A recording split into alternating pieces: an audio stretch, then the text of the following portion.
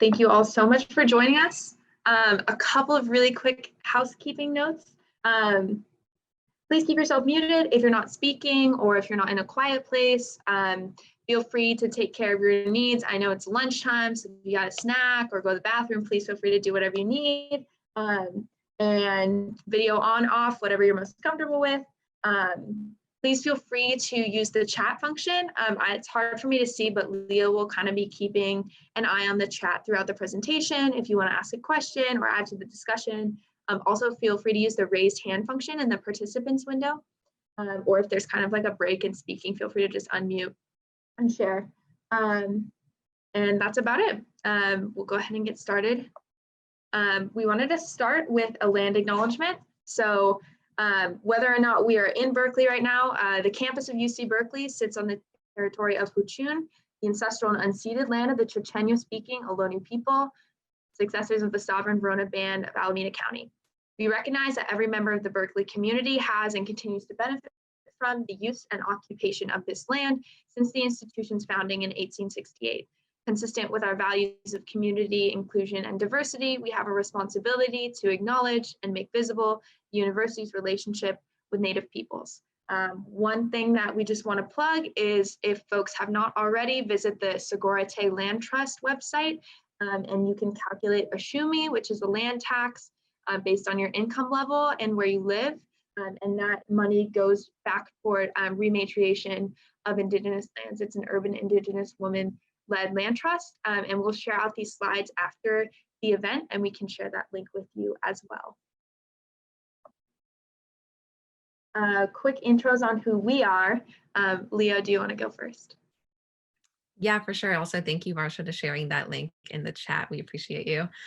So I'm Leo. I use she, her pronouns. I'm a fourth year studying society and environment. I'm also the Pour Out Pepsi campaign lead organizer and also a member of the UC Berkeley Reuse, which is a thrift store on campus. And I'm also the, I have a slow fashion Instagram account called EcoFits by Leo, which I can talk about in a bit, but for which I'm an ambassador for Remake, which is a slow fashion nonprofit based in the Bay Area. Thank you, Leo. And my name is Sarah. I use she, her, hers pronouns. I'm also a fourth year, also a society and environment major. I am a Cal Zero Waste staff associate, and I am also the ASUC, which is our UC Berkeley undergrad student government environmental community senator. So I represent the interests of everyone on campus who does environmental related work. Really quickly, Cal Zero Waste is a campus department responsible for reaching the UC Zero Waste by 2020 and beyond goal. We're made up of full-time staff as well as part-time student staff like myself and a couple other folks on this call. And yeah, we do a lot of educational work like this, as well as updating infrastructure to make sure people have the bins necessary to sort and reduce their waste correctly. Next, going into our presentation outline, this is kind of how it'll flow today. We'll start with fast fashion context, looking at where we are right now and some of the problems with fast fashion. Then we'll move into mainstream proposed solutions. After that, we will move into systemic solutions, and there will be discussion questions peppered in throughout this presentation. And then the last part of our presentation is a few minutes for action time. So we have some action items that folks can work on right now, which we thought would be a really hopeful and positive note to end on, us all taking action together. Okay, thanks, Sarah. So the Merriam-Webster dictionary definition of fast fashion is an approach to the design, creation, and marketing of clothing fashions that emphasizes making fashion trends very quickly and cheaply available to consumers. So there's a lot to unpack here about the history of fast fashion and like how we've gotten to this place today from, you know, a system and an industry that used to put out new clothing designs like twice a year to, you know, an industry that now puts out new clothing designs like every week, and in some cases every day. So there's lots to unpack here about like post-colonial and imperial and neoliberal issues. But today we are just going to be focusing mainly on the solutions after we go through a bit of the issues at each level of the supply chain in this industry. But I'll also share a few resources at the end for you to learn a bit more about the history of fast fashion. So we can go to the next slide. So we're going to launch a quick poll. I think I can do that because Sarah's screen sharing. But the questions are, let me see.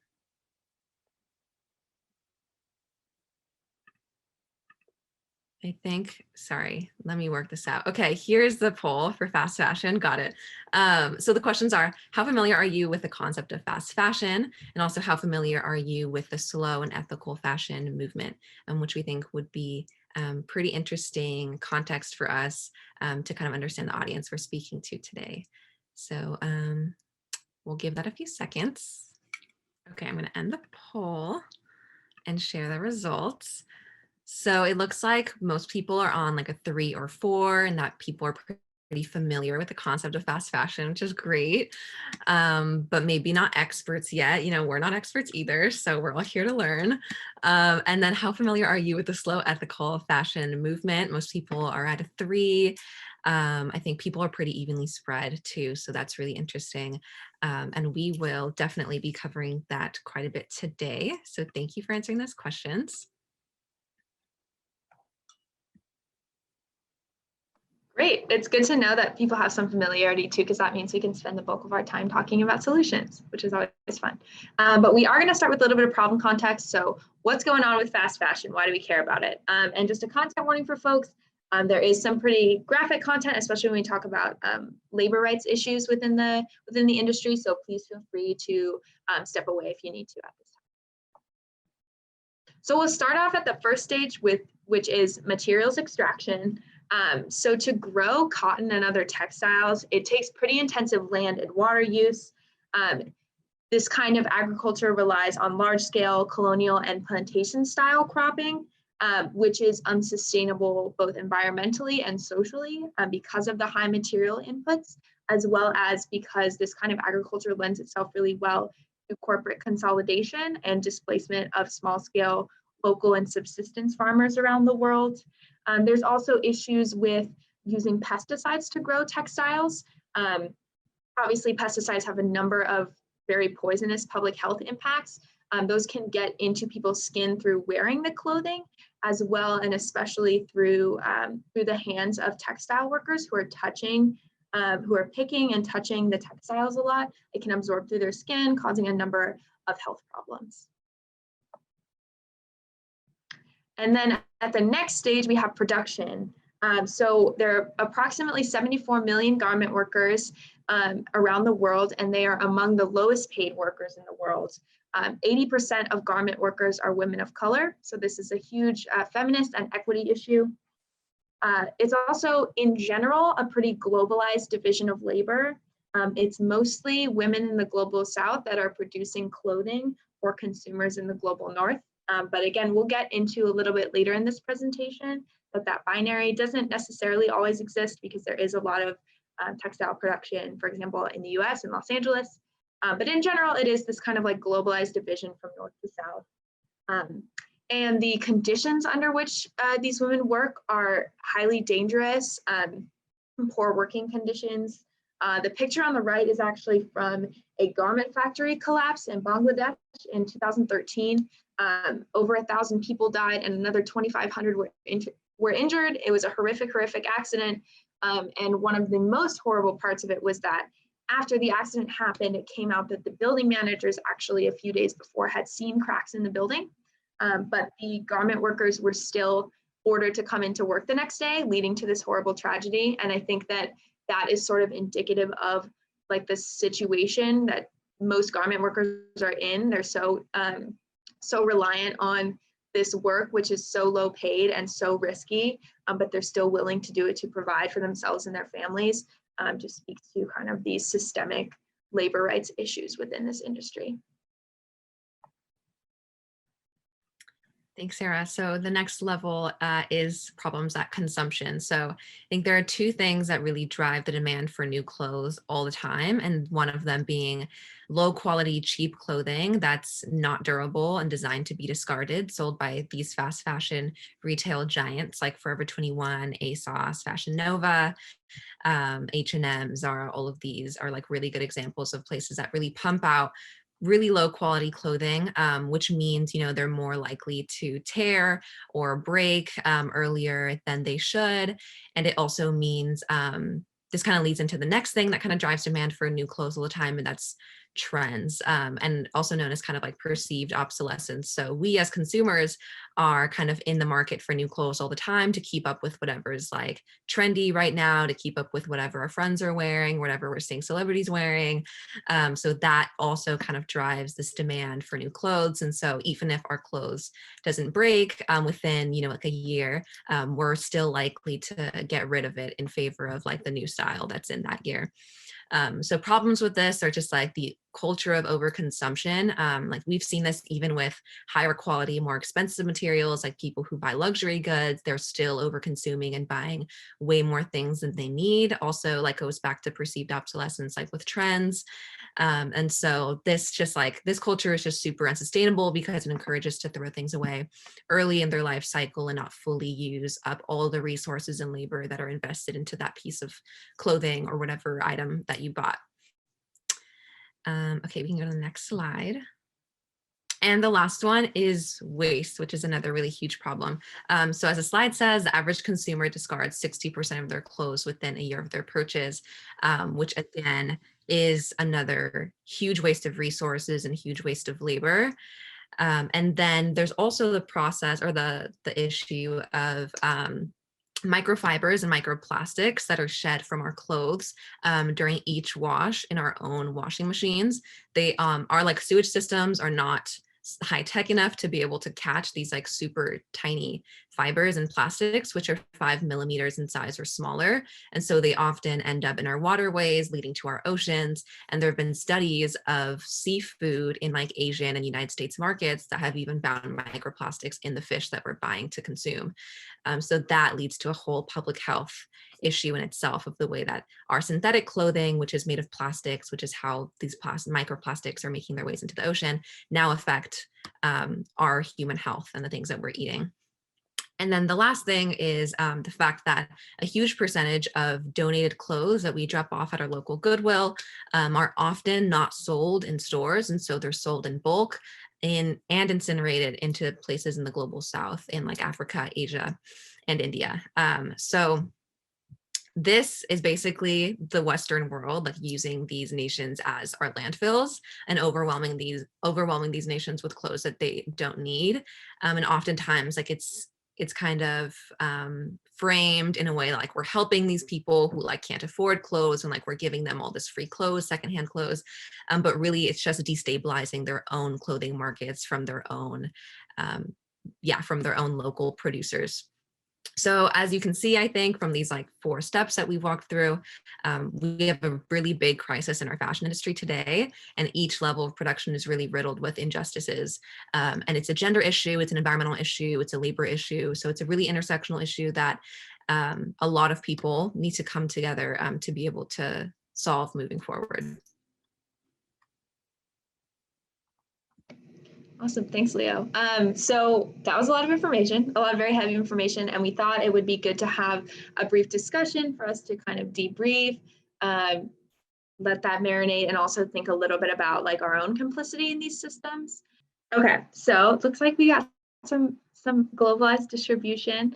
Hopefully that was an interesting activity for us to think about like our own place in these systems, but not from a place of like shame or guilt. We really want to like empower people to think about how we can be active agents in like dismantling this system, which we're going to move into now. So mainstream solutions. I'm going to open my notes back up. Cool. So I think when you first kind of entered the like fast fashion, so fashion space, I think the kind of biggest solution or like the first solution you're introduced to is being able to vote with your wallet or vote with your dollar. So that means, boycotting fast fashion companies that have all of these injustices in their supply chains. And also, obviously, you still need to buy your clothes from somewhere. So either buying a new sustainable clothing from slow fashion companies, or buying secondhand at consignment stores or online. So I put goodonyou.eco here on the slide, which is a wonderful brand directory that basically rates every type of brand you can think of on like a 5-star scale. So they rate like H&M, Poshmark, or like Primark, and like also like sustainable brands like Patagonia and Everlane. You can kind of like compare different brands on there to kind of inform your decision making on what companies you want to support. And there's just so many like ethical and sustainable clothing brands out there nowadays. They're like, I think it's like a very growing and like popular movement nowadays. So I'm sure that you'll be able to find a company that aligns with your values, and also, has clothing that aligns with your style. And then also secondhand clothing is a bit more accessible. We'll talk about issues in a second, but yeah, I think it's important to really make sure that you are redirecting this clothes so that it's like headed towards a landfill or headed towards the global south, and try to prolong the lifetime of all of these clothes that are in secondhand stores. And so you can either do that by shopping online at a place like Depop or Poshmark, but you can also, Sarah, do you want to go to the next slide? You can also shop at these examples that we put on the slide. So UC Berkeley Reuse is the place I volunteer with. And we are a thrift store on campus in the first floor of the MLK. And we're closed this semester because of COVID, but we are our own like little circular economy on campus. You can bring your clothes in to donate. You can bring your clothes in to swap with clothes or like other things that we have in the store. We have like textbooks and accessories and like all these things that people bring in that they want to rehome. And so we do that there. There's also Goodwill and Out of the Closet in Berkeley, which are just like regular secondhand stores. And then there's Mars and Anastasia and other similar stores, which are more like curated vintage. The prices might be a little bit more expensive there, but it's like a little bit easier to find gems at those places than it is at like a Goodwill. One thing that we wanted to flag, though, to look out for, especially when you're shopping for new sustainable clothing, is greenwashing. So greenwashing is essentially a practice of a business using the language of sustainability as like a marketing tool in order to kind of profile you as a consumer and make it more likely for you to consume their product. It's similar to like woke washing, which we see going on right now with companies being very into like Black Lives Matter, but not actually changing how their company operates, or, pink washing with companies like around Pride Month, have everything rainbow, but they're not actually doing much for LGBTQ rights, those sort of things. So this is an example from the ASOS website, I don't even know. And they have this line called responsible edit. And things to look out for with greenwashing is like super vague language. For example, it says there, sustainable fabrics use less water and exert less waste. What does that actually mean? And another thing too is that ASOS still sells their kind of regular fast fashion line in addition to this like sustainable ethical line. And so they're not actually changing their business model. They're just adding on this kind of like supplemental thing to get you as a consumer who cares about the environment to purchase their product. That's just something to look out for, vague language and being like a supplemental thing to their actual business model. And then when we think about like mainstream solutions, it's also really important to interrogate like, who are these solutions actually for? Who are they serving? This is a screenshot from like a kind of high-end sustainable ethical clothing company. As you can see, the models are all like skinny white women. The price points are pretty high, which can be really exclusive for folks who don't have that kind of purchasing power. And because there's a lot of money to be made in sustainable fashion, it attracts like corporate people and tends to concentrate money and power in these same like white dominated companies that are causing the fast fashion problem. We also see issues with size exclusivity. So a lot of ethical fashion brands have been called out for not going very high on their sizing. which again reinforces the idea that like sustainable fashion is for like skinny white women with buying power to kind of shop around. There's also issues with on social media, like the slow fashion space can tend to be dominated by white voices. And white women take up a lot of space, get a lot of sponsorship deals, which could be better served by maybe women of color who are doing more like grassroots organizing work to actually uproot these systems, other than like buying our way out of them. So now we're going to go into a second discussion. I think that we will just do this as a large group because we are running a little bit short on time. But we wanted to make space for folks to share if you have any experience engaging with sustainable fashion, if you've tried before, if not, why not? Or if so, what was your experience with that like? And feel free to just unmute yourself or use the chat if you're more comfortable.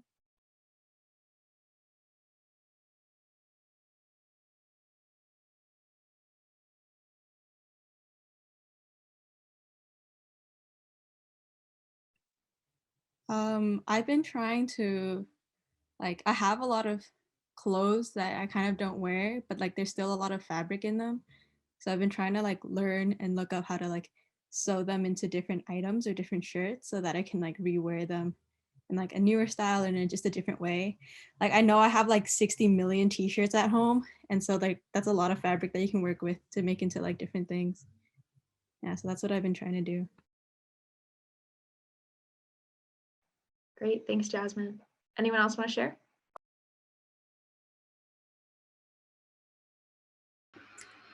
I guess I can share. I'm not super like fashion forward and don't know a whole bunch about fashion. So like I think over the past year I've sort of set a goal to just not buy any new clothes. And I think like over the past couple of years I've only bought, I think I bought like one shirt and it was from like a Jonas Brothers concert. And it's just like a Jonas Brothers t-shirt. Oh yeah, Sarah was there too.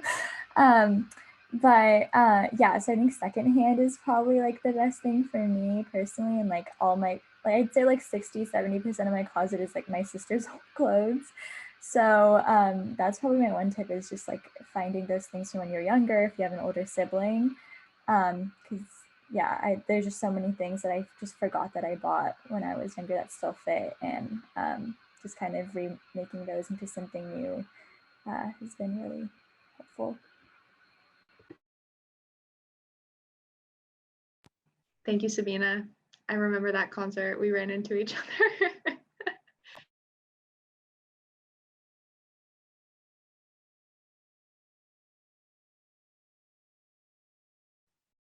Cool. If anyone else wants to share, feel free to do so now. If not, we will move on. Okay, great. One thing too, I wanted to add that we didn't have time to include in this presentation, but it is really interesting. Conversations online happening right now about the gentrification of thrift shopping, and kind of like issues with people going into low-income communities and kind of raiding the thrift stores and taking all the good things, or taking oversized clothes for the style when you don't really need them, which doesn't leave anything for people who actually need those clothes. And we can share resources about that after, but we don't have time to get into like every single issue, unfortunately, because Leo and I could talk about this forever. Yeah, that's just one more thing. I'll pass off to Leo now. Yeah, thank you all for all your input. That was like so interesting, and something I think we'll touch on a bit later. It's like there's so much that you can do to be more sustainable in this space, and I think the best thing that you can do is not buy anything at all and use what you have. So now we're going to move a bit into more systemic solutions that are a little bit more accessible, since they don't have to do with the money that you have or like what you can afford, but they're just like what you can do with your time, and you know, talking to the people around you in order to continue to raise awareness and advocate for this issue. So I think the first thing that is really important is educating yourself and others. So everybody here is already doing a great job by coming to this and being open to learning. But here are a few resources that I wanted to share with you all as like a good starting point for, you know, your own learning, but also for learning that you can share with others. So the first is just following people on Instagram. The Slow Factory and Remake Our World are two nonprofits that are like actively advocating for a more slow fashion world. And they have really interesting and awesome resources. Asia Barber is a wonderful sustainable fashion advocate. She's also a Black voice in the space, which is really important to just be listening from, especially because she is like a personal stylist in the sustainable fashion space, which is super white. It's really important to listen to voices of color. And then Unwrinkling is she is like a senior editor and writer at fashionista.com, which is like a really big website for fashion news, and she covers sustainability for them. So if you're interested in like that realm, and like she talks a lot about like ASOS's new brand or new line, for example. She talks a lot about like these brands or lines that come out and kind of like takes a critical view of like whether or not they're really sustainable. For reading, if you're interested in reading the Bible of fast fashion, it's definitely Overdressed by Elizabeth Klein. She's a journalist and like she's still actively, you know, advocating against fast fashion and like for a more slow fashion world. So that book is really awesome if you want just like a good overview of like where we're at right now and like what exactly the crisis is. And then for something a little bit more accessible and short, Aditi Mayer is a great advocate in this space as well. Her blog is addymay.com, and she has like shorter pieces that you can read and send to people about the issues within fast fashion and labor and everything. If you're interested in podcasts, Conscious Chatter is a great podcast. They have a series called The Root. It's like 5 episodes. It's co-hosted by Dominique Drakeford, who's also a Black voice in this space, which is really awesome. So you should also follow her on Instagram. But it's a really awesome series that does talk a bit more about like the colonial white supremacist roots of the fast fashion industry today.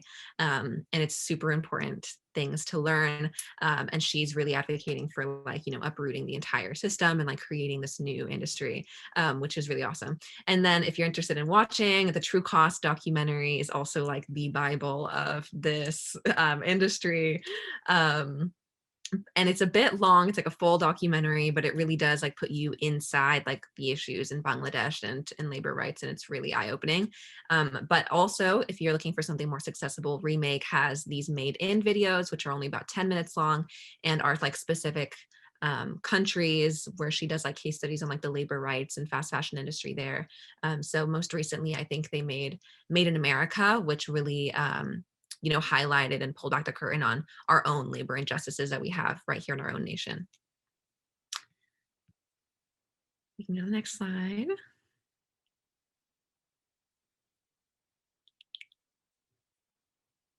Cool. And then, no worries.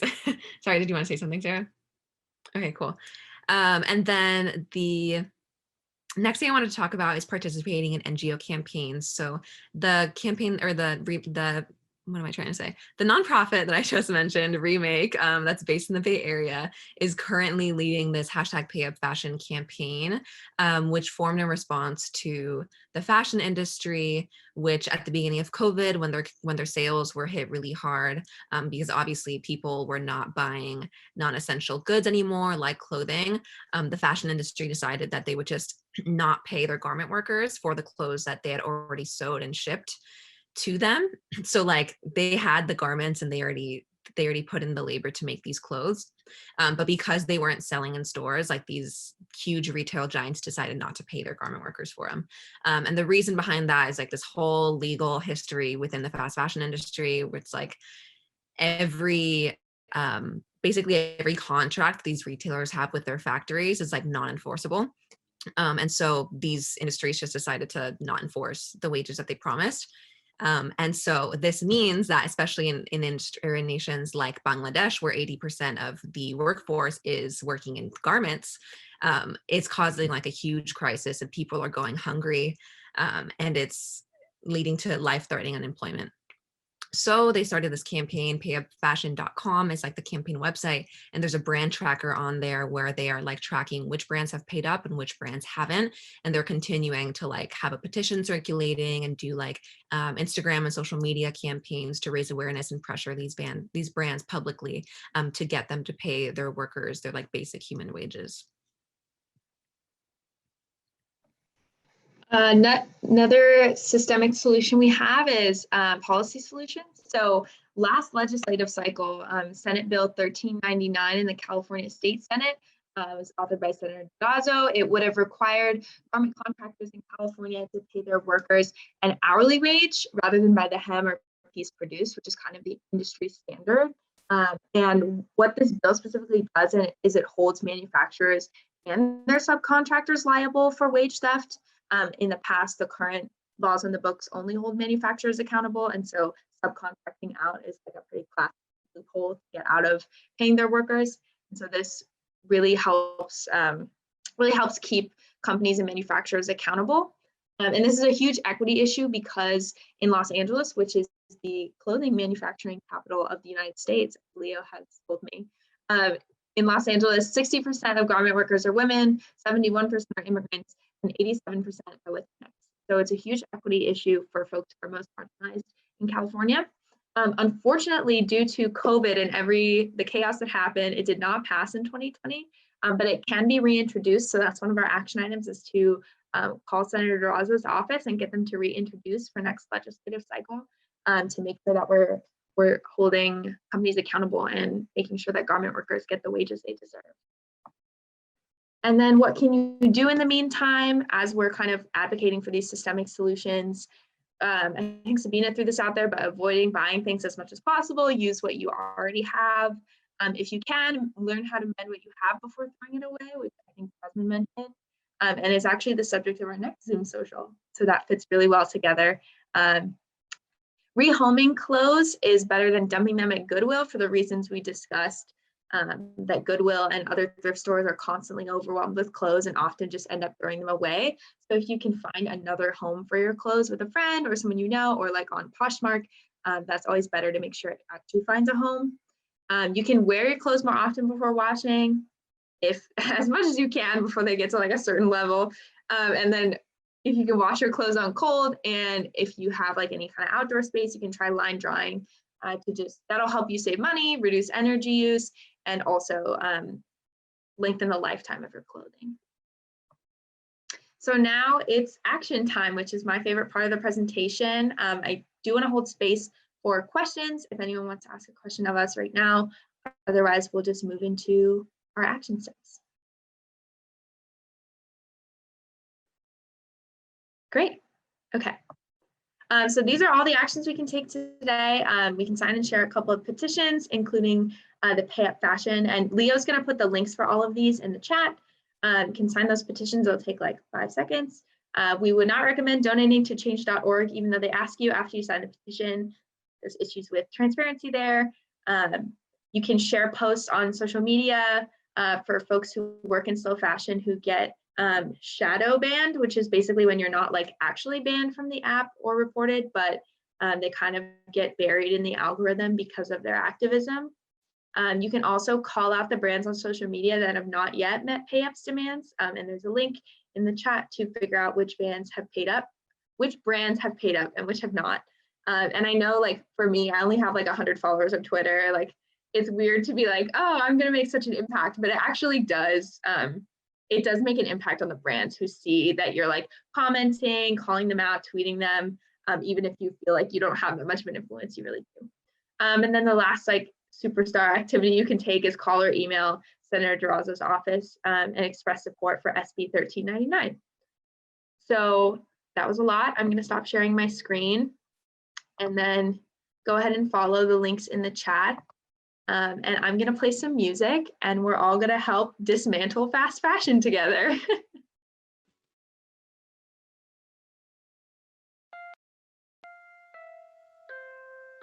Straighten my sweater, fix my spine, step up in line. I'm ordering food high, and I don't know why I'm so nervous. I'm gonna make it, 'cause that's my favorite waitress. Those big brown eyes, I don't know what I ordered, but she's smiling like I can't afford it. Ooh.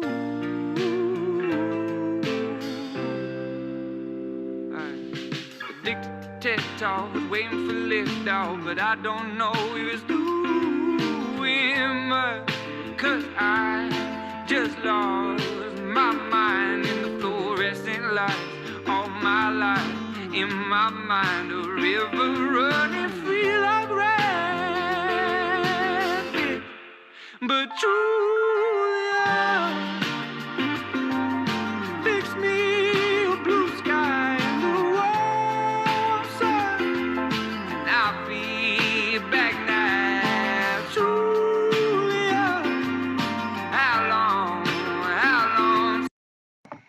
Alrighty, thanks so much everyone for doing that. I hope that was empowering. We're just gonna close with a thank you. Also, we had a question in the chat, Leo, if you wanna address it, or maybe we should close and then we can address it for time's sake. Okay, let's do that. So thank you all so much for coming. You can keep up with Cal Zero Waste and Reuse on our socials listed there. You can also follow Leo, who is now a Remake ambassador. That's a picture from her Instagram on the left there. Go follow her on Instagram. And then the other big thing is come to our next Zoom social. It's next Monday at the same time, 1 p.m. Pacific.